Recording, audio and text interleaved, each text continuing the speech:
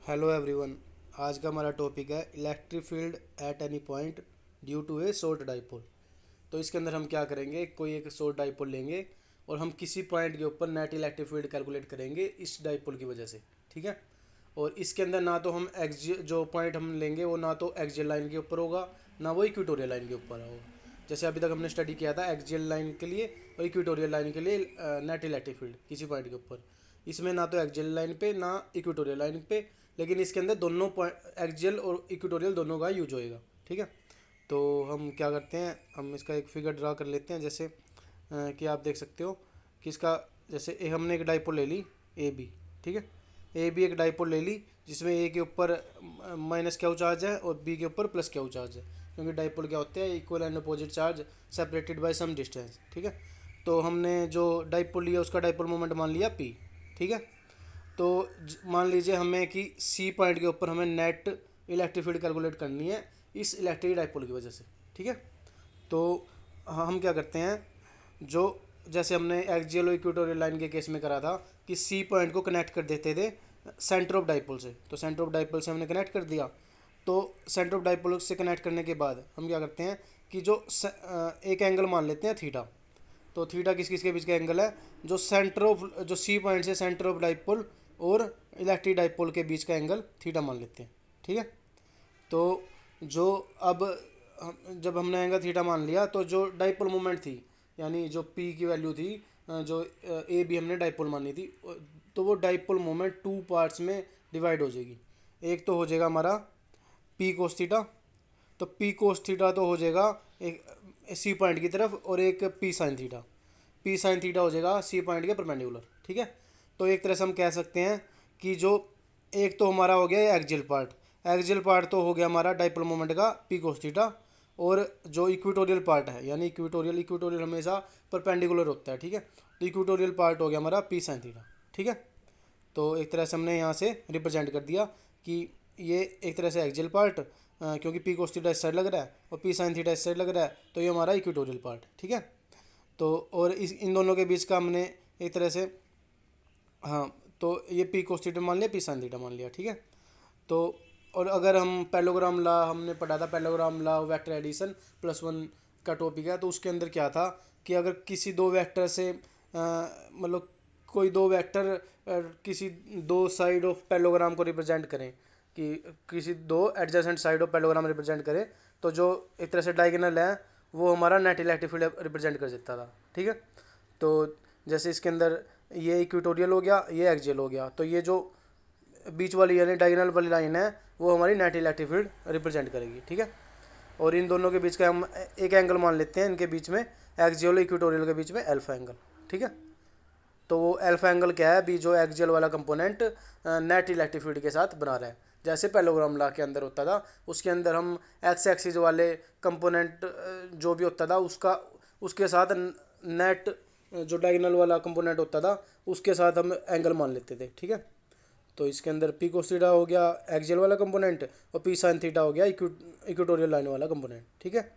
तो एक तरह से अगर नेट इलेक्ट्रिक फील्ड निकालनी हो तो नेट इलेक्ट्रिक फील्ड हमारी सी ई पॉइंट से निकल जाएगी। ठीक है। क्योंकि वो एक डायगोनल है, और डायगोनल उस वो भी हमें पता है कि कैसे निकलेगी, कि पैरेललोग्राम ऑफ वेक्टर एडिशन में क्या रूल होता था, कि parallelogram law of vector addition में ये होता था कि जो नेट इलेक्ट्रिक फील्ड होएगी वो क्या होगी, एक तरह से रूट ऑफ ई एक्सियल और ई इक्वेटोरियल का जो भी है इक्वेटोर एक्सियल और ई इक्वेटोरियल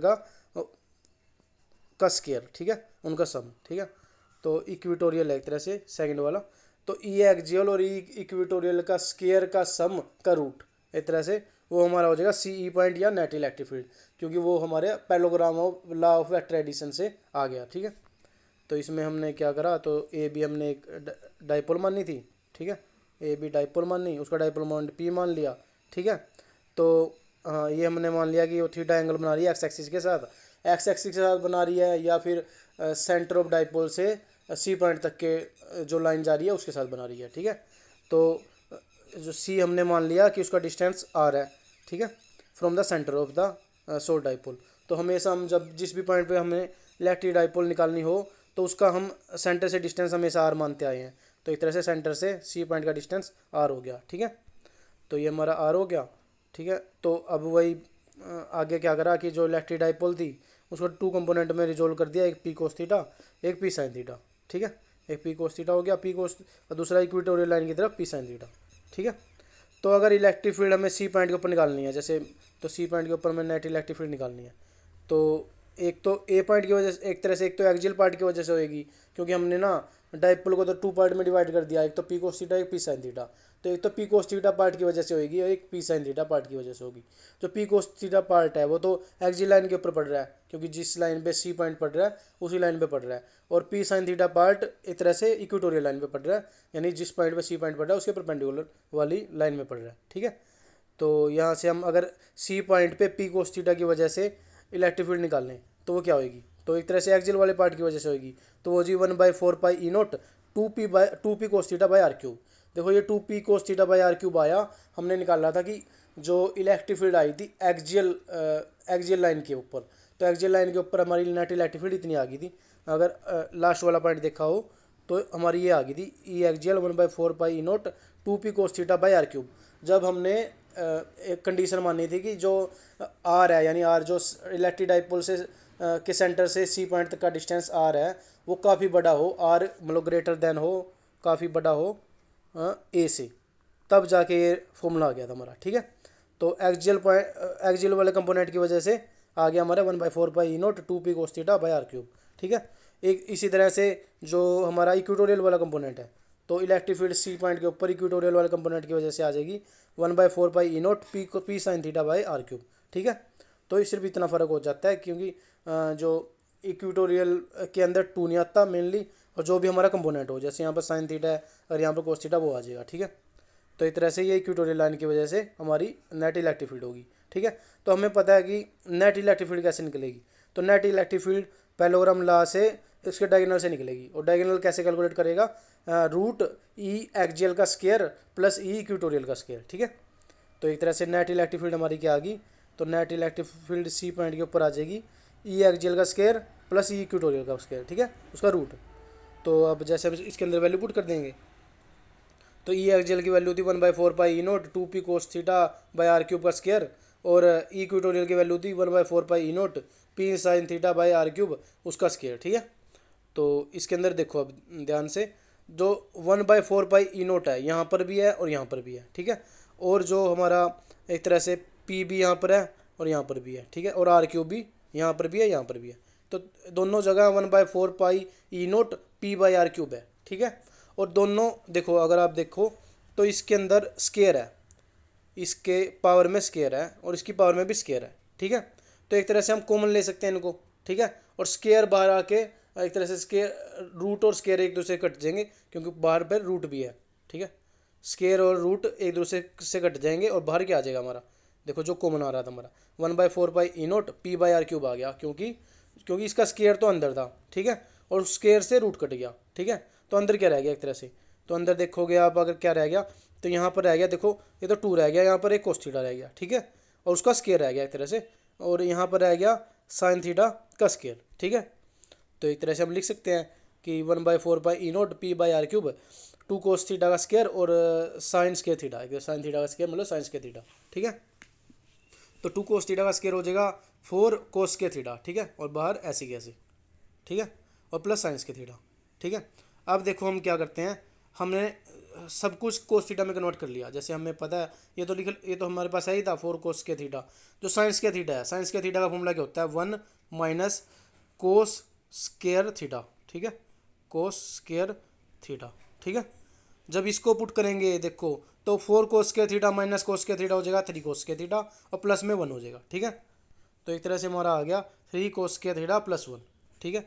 ये हमारी नेट इलेक्ट्रिक फील्ड आ गई, किसकी वजह से, नेट इलेक्ट्रिक फील्ड आई है हमारी जो एक इलेक्ट्रिक डाइपोल की वजह से, जो हमने मानी है कि और मतलब एक तरह से हमने ए बी एक इलेक्ट्रिक डाइपोल मानी थी, और सी पॉइंट के ऊपर नेट इलेक्ट्रिक फील्ड आ गई हमारी, और सी पॉइंट ना तो एक्सियल लाइन पे पड़ रहा था ना इक्वेटोरियल लाइन पे पड़ रहा था। ठीक है। तो सी पॉइंट हमने एक्स एक्सिस पे मान लिया, और वहाँ उसको जो हमारी डाइपोल मोमेंट थी उसको रिजोल्व कर लिया।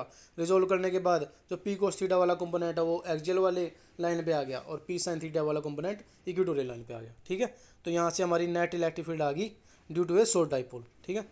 तो ये हमारी वैल्यू आ गई एक तरह से, ठीक है। E electric field equal to 1/4 pi E naught वो P/r³ √3 cos k θ +1, ठीक है, ठीक है। और अगर हमें डायरेक्शन निकालना हो तो देखो, डायरेक्शन निकालने के लिए देखो टेंजेंट अल्फा कहाँ से हुआ, देखो ध्यान से। तो अगर फिगर में देखें हम, तो हमने क्या मानना था, एक एंगल मानना था अल्फ़ा। देखो अल्फ़ा एंगल किस किस के बीच में था, ई एक्सियल पार्ट, मतलब जो एक्सियल वाला पार्ट था, जो सी पॉइंट वाली लाइन पे लाई करता था, उसके और नेट इलेक्ट्रिक फील्ड के बीच में। जैसे अगर पैरेललोग्राम लॉ में ऐसे ऐसे ही होता था कि एक्स एक्सिस और नेट जो नेट इलेक्ट्रिक फील्ड या जो कोई भी नेट फोर्स होती थी जो डायगोनल से रिप्रेजेंट होती थी, उसके बीच में एंगल माना जाता था। तो यहाँ पर अल्फ़ा मान लिया, ठीक है। तो एक तरह से टेन अल्फ़ा क्या होएगा, देखो टेन अल्फ़ा क्या होएगा, एक तरह से इक्वेटोरियल मतलब परपेंडिकुलर बाय बेस, ठीक है।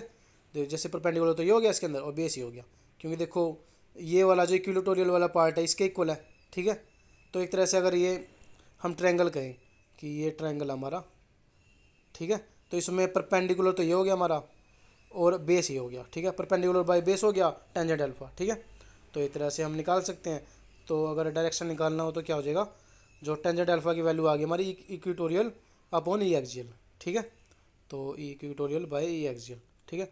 तो ई इक्वेटोरियल की वैल्यू क्या थी, 1/4 pi E not P sin θ/r³, और उसकी जो ई एक्सियल की थी 1/4 pi E not 2P cos θ/r³, ठीक है। तो यहाँ से हम कह सकते हैं कि 1/4 पाई ई नॉट से 1/4 पाई ई नॉट कट गया, P से P कट गया, और r³ से r³ कट गया, ठीक है। तो एक तरह से एक तो साइन थीटा रह गया और नीचे रह गया 2 cos θ, ठीक है। तो एक तरह से साइन थीटा बाई 2 cos θ रह गया। तो साइन थीटा बाई cos θ होता है हमारा टेंजेंट थीटा, ठीक है।